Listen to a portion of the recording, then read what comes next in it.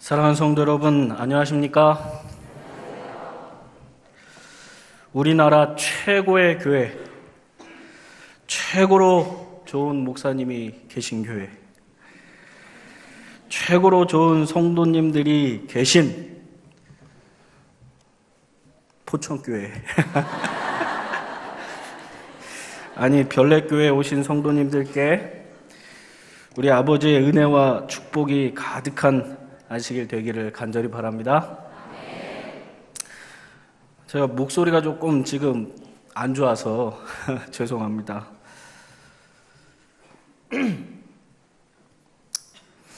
발령을 받고 한동안 성도님들께 인사를 받으면 이사 준비 잘 되세요? 라고 이렇게 물어보면 빨리 가셔야죠. 이런 말로 들리고 축하드립니다 라는 인사를 들으면 별내교회 떠나봐라 고생이지 이런 말로 들리고 서운해서 어쩌죠? 라는 인사를 하시면 그러게 있을 때 잘하지 이런 말로 계속 들리는 것이 그동안 그만큼 정이 많이 들었나 봅니다. 세상에서 제일 힘들고 적응이 안 되는 것이 이별인 것 같습니다. 특별히 제가 마음을 가장 많이 썼던 우리 아이들에게 마지막 인사를 하는 것이 가장 못 견디겠습니다. 오늘 안식일학교 시간에 아이들에게 인사를 하는데 여전히 초롱초롱한 한결같은 눈빛으로 목사님 다음 주에 또 봬요 그러는 듯 저를 바라보고 있는 그 아이들의 모습을 보면서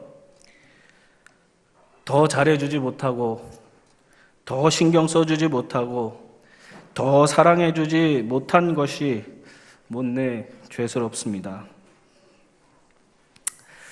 그렇지만 더 훌륭한 목사님께서 후임으로 오시기 때문에 한편으로는 다행이다 그런 생각이 듭니다.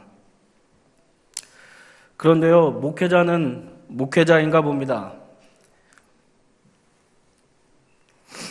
포천교회를 다녀오고 난 후로는 제 가슴속에 별내교회 사업계획서와 함께 포천교회 사업계획서를 품고 다니고 별내교회 출근하면서도 포천교회 일들을 신경 쓰게 되고 그곳의 성도들을 위해 기도하게 되는 것은 어쩔 수 없는 목회자이기 때문인가 봅니다. 이제는 마지막을 준비해야 하는구나. 이제는 떠날 때가 되었구나.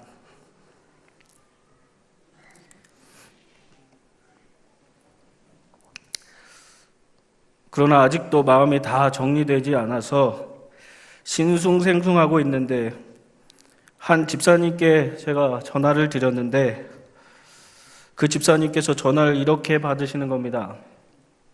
여보세요? 집사님 구일혜입니다.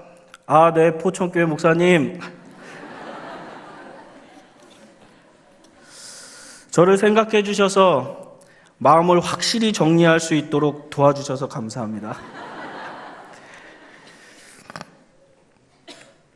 먼저 1년 동안 저를 앞에서 이끌어주신 우리 담임 목사님 진심으로 감사드립니다.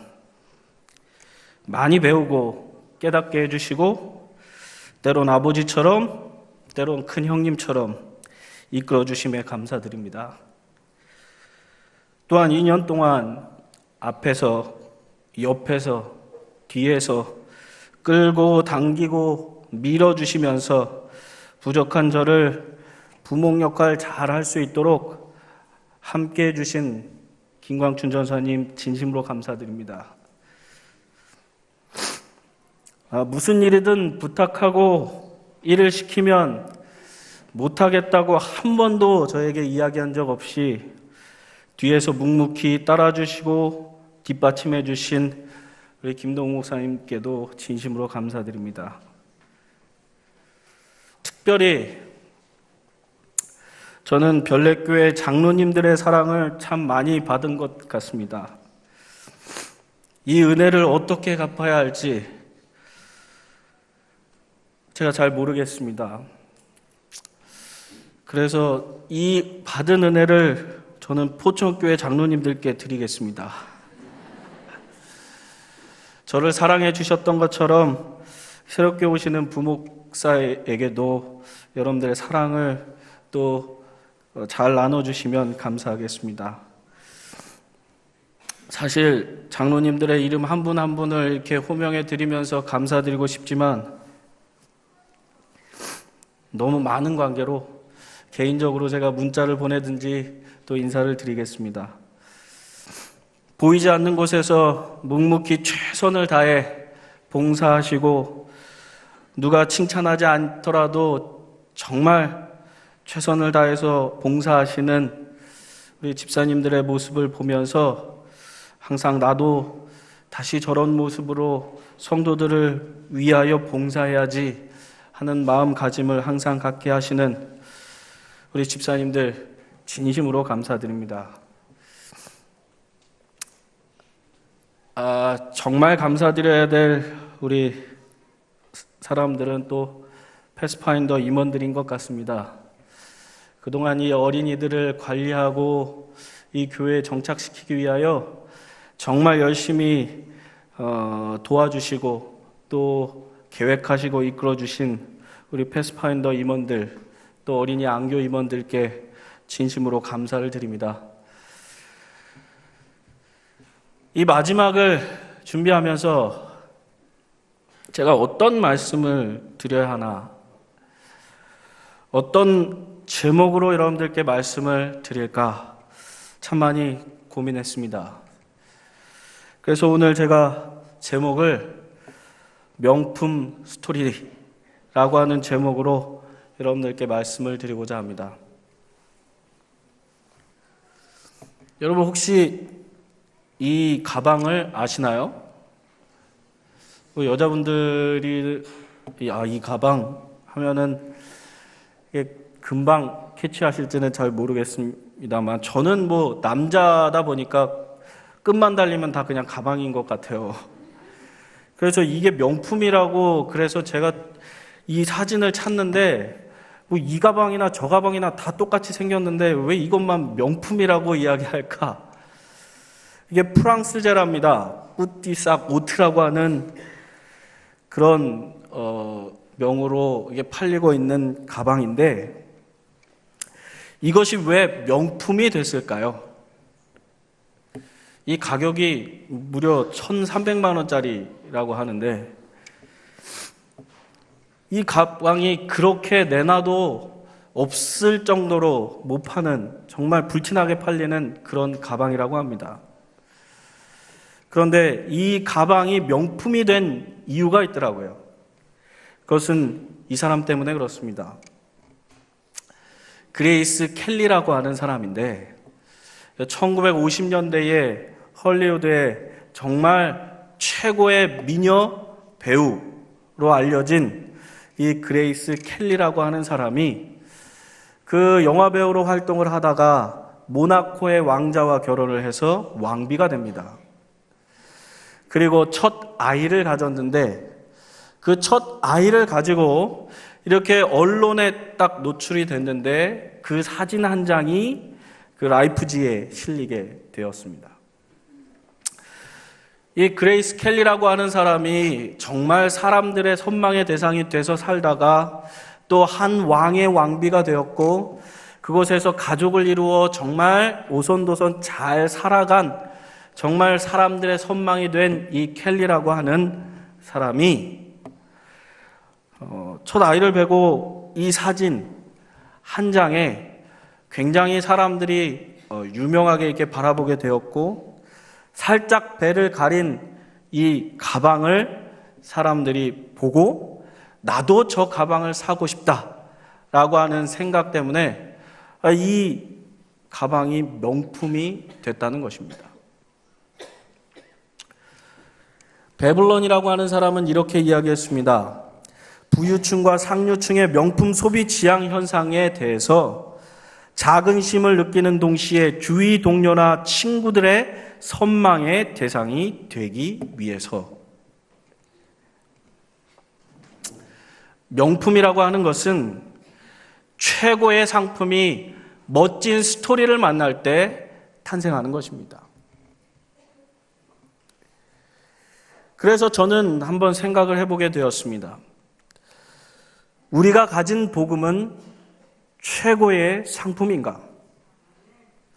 우리의 복음은 멋진 스토리를 갖고 있는가?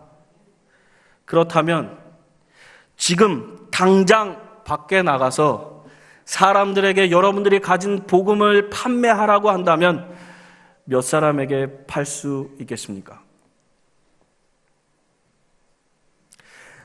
그래서 저는 한동안 제 자신이 최고의 상품이 되어야 되겠다는 결심으로 열심히 살아보았습니다.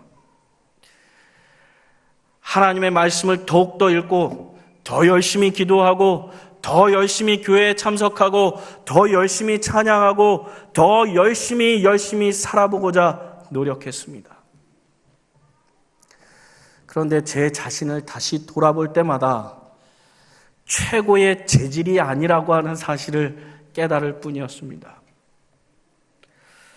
어저께도 그 사실을 저는 깨달았습니다. 목사님과 함께 이제 목욕탕에를 가서 목욕을 다 마치고 나오면서 제가 깊은 고민에 빠졌습니다. 우리 성도님들께 어떤 말씀을 전해야 할까? 막 이렇게 고민하고 나오는데 그 로비에 TV가 하나 딱 걸려 있는데 그곳에 어떤 드라마가 하는데요.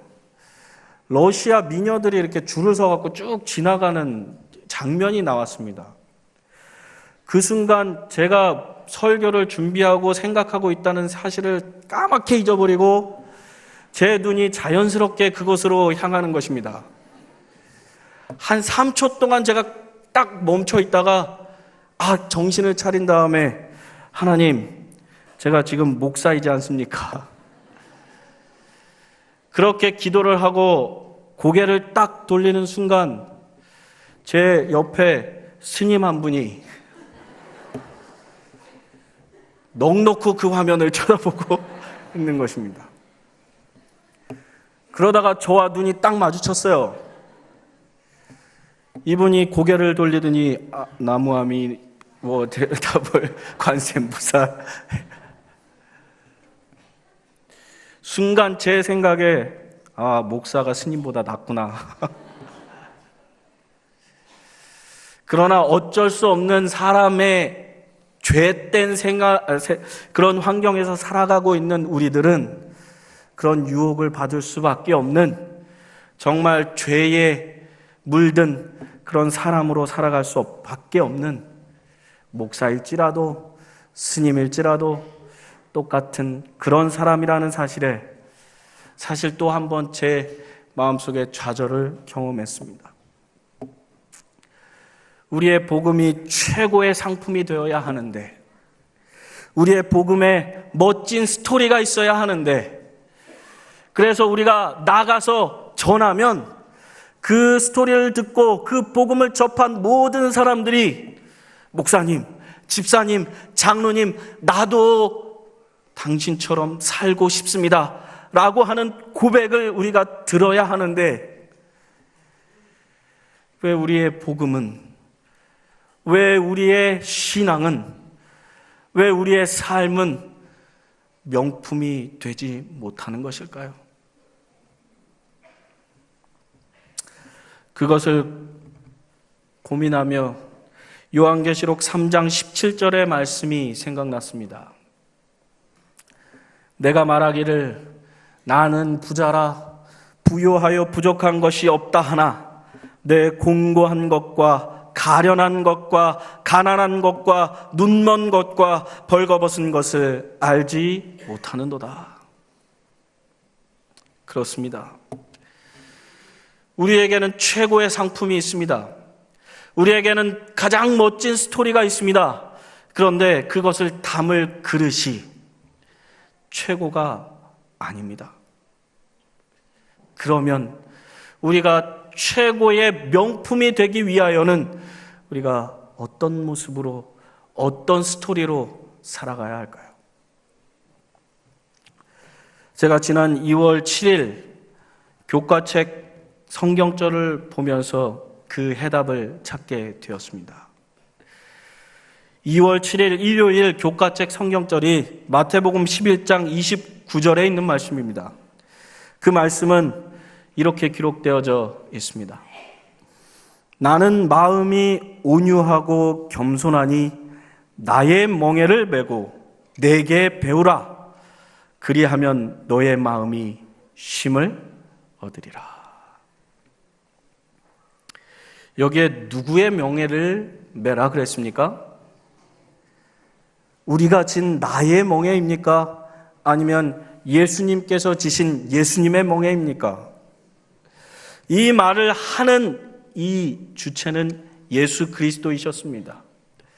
그래서 우리가 매야 하는 그 멍에는 내가 가지고 있는 나의 짐이 아니라 예수 그리스도의 멍에입니다. 그러면 여러분, 우리가 이 예수 그리스도의 멍에를 메는 것이 쉬운 일인가요? 이 예수 그리스도의 멍에를 메면 우리가 진정 쉼을 얻을 수 있습니까?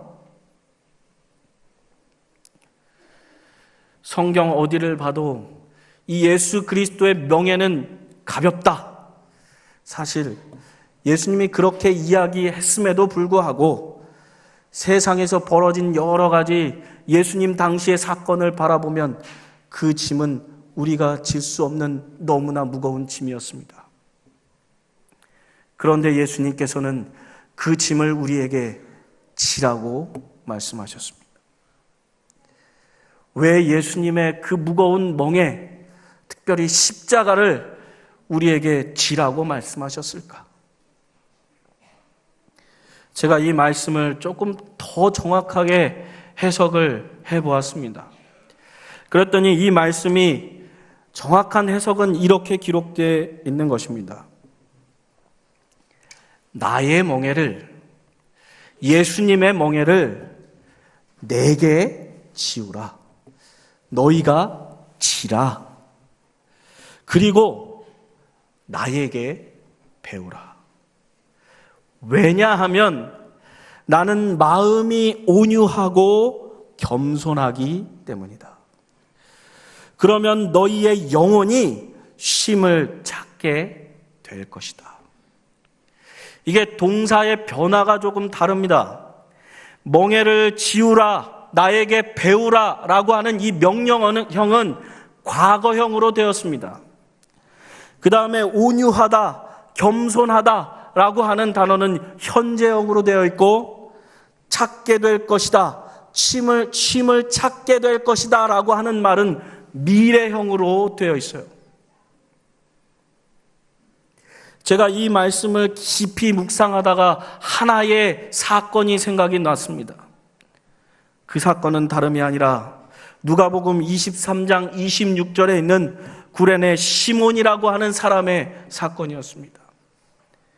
그들이 예수를 끌고 갈 때에 시몬이라는 구레네 사람이 시골에서 오는 것을 붙들어 그에게 십자가를 지워 예수를 따르게 하더라. 사랑하는 성도 여러분, 지금 예수님께서 어디를 가고 있습니까? 십자가를 지고 어디를 향해서 가고 있습니까?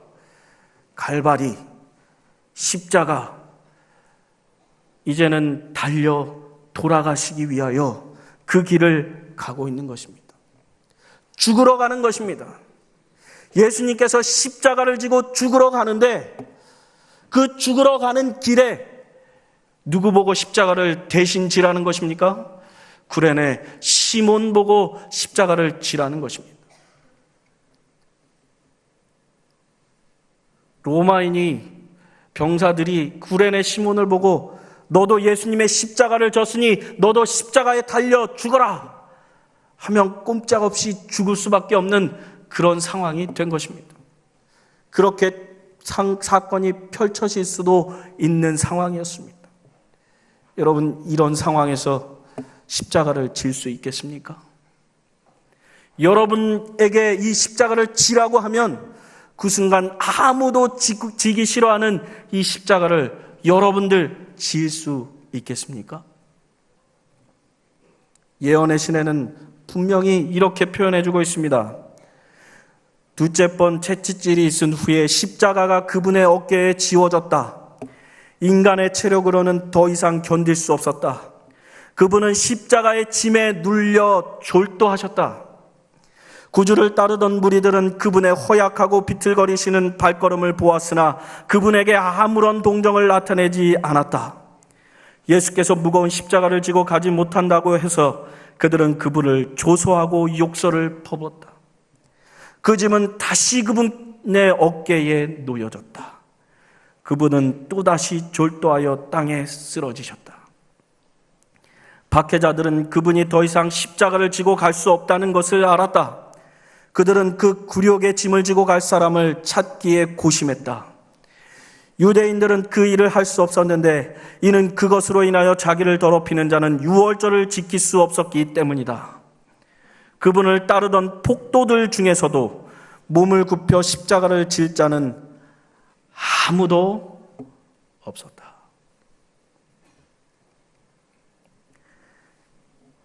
여러분, 이 수치스럽고 굴욕적이고 정말 고통스러운 이 십자가를, 예수님의 십자가를 여러분은 대신 지실 수 있으시겠습니까? 그런데 오늘의 말씀은 내 멍에를 내게 지웠다, 과거형입니다. 그리고 배웠다, 과거형입니다. 예언의 시는 이 구레네 시몬에 대해서 이렇게 설명해 주고 있습니다. 시몬은 예수 그리스도를 이미 알았다. 그에게 두 아들이 있었는데 그 두 아들은 이미 예수님의 제자였다.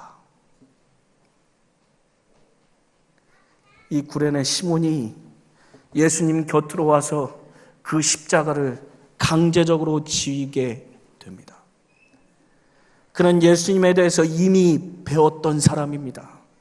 예수님을 이미 알고 있었던 사람입니다. 그 고통의 순간에 그 길을 가고 있는 중에 그는 예수님의 모습을 보게 됩니다. 그런데 그 모습은 온유하고 겸손한 모습입니다. 본인은 가시 면류관을 쓰시고 머리에서는 피땀이 흐르는데 손을 들어 자기의 피땀을 닦지 아니하시고 구레네 시몬의 이마에서 떨어지는 땀방울을 닦아주시는 그 겸손과 온유의 마음. 본인의 옷은 다 찢어져서 수치가 밖에 다 드러났음에도 불구하고 그거 상관하지 아니하시고 구레네 시몬의 옷을 여며주시는 그 겸손과 온유의 예수님.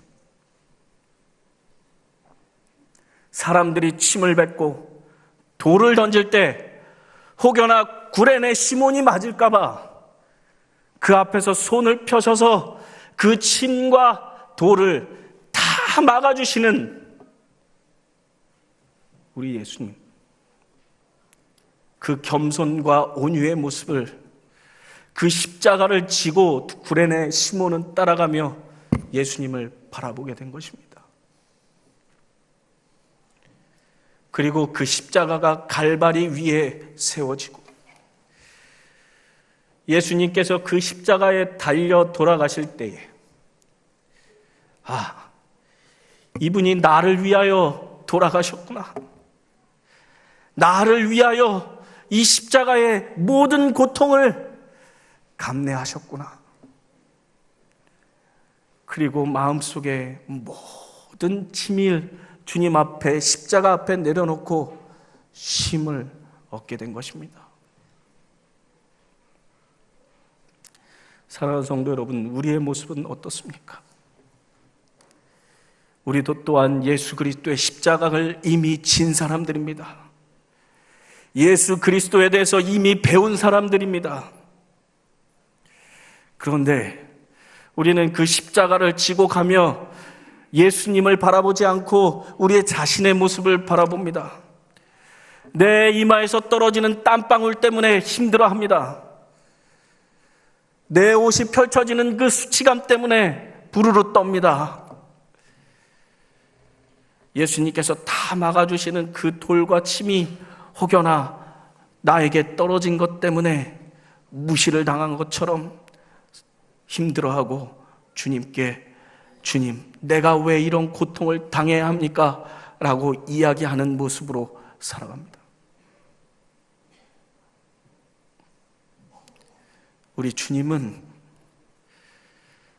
여러분들을 정말 사랑하셔서 여러분들의 그 땀을 닦아주실 때 우리의 주님의 머리에서는 피땀이 흐른다는 사실을 기억하시기 바랍니다. 우리의 옷이 펼쳐져서 우리의 수치가 드러나는 것 같으면 주님께서는 찢어지고 완전히 펼쳐져서, 그러나 그것을 아랑곳하지 아니하시고 우리의 옷을 여며주신다는 사실을 기억하시기 바랍니다. 그 큰 돌멩이에서 떨어진 부스러기가 혹 우리의 이마에 맞을 때 주님께서는 그것보다 더 큰 돌멩이와 침을 우리를 위하여 가르시고 막아주신다는 사실을 기억하시길 간절히 바랍니다. 사랑하는 성도 여러분, 여러분들이 신앙을 하면서 세상 사람들에게 무시를 당한 것처럼 느껴지십니까? 예수님을 바라보시기를 간절히 바랍니다. 수치를 느끼고 고통 속에 살아간다고 느껴지십니까? 예수님을 바라보시기를 간절히 바랍니다.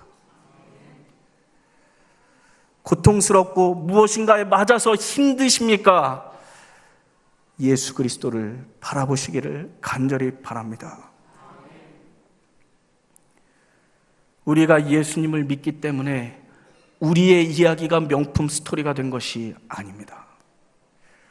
우리의 그릇은, 우리의 삶은 명품으로 만들 수 없는 그러한 정말 쓰레기통에 버려야 할 그러한 재료이지만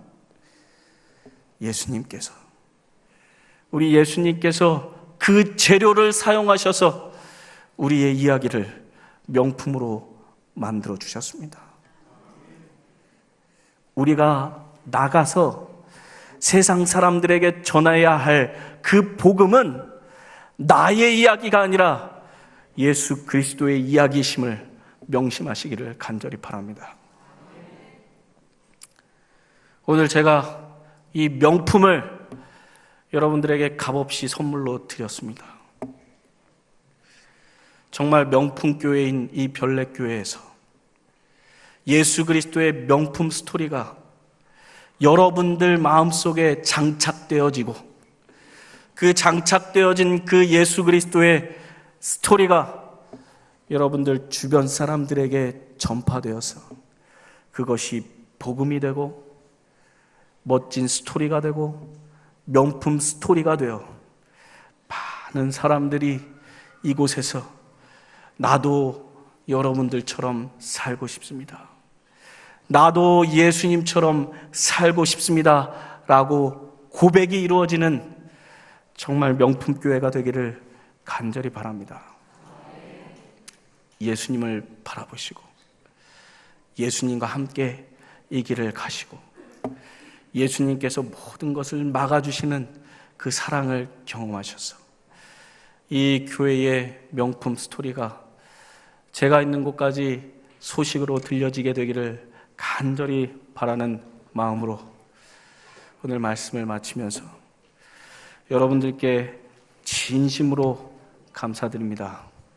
앞으로 더 성도님들을 섬기는 목회자가 되기 위하여 노력하는 정말 작은 목회자가 되기를 결심하면서 여러분 앞에 이렇게 결심한 것이 변하지 않도록 항상 기도해 주시기를 바랍니다.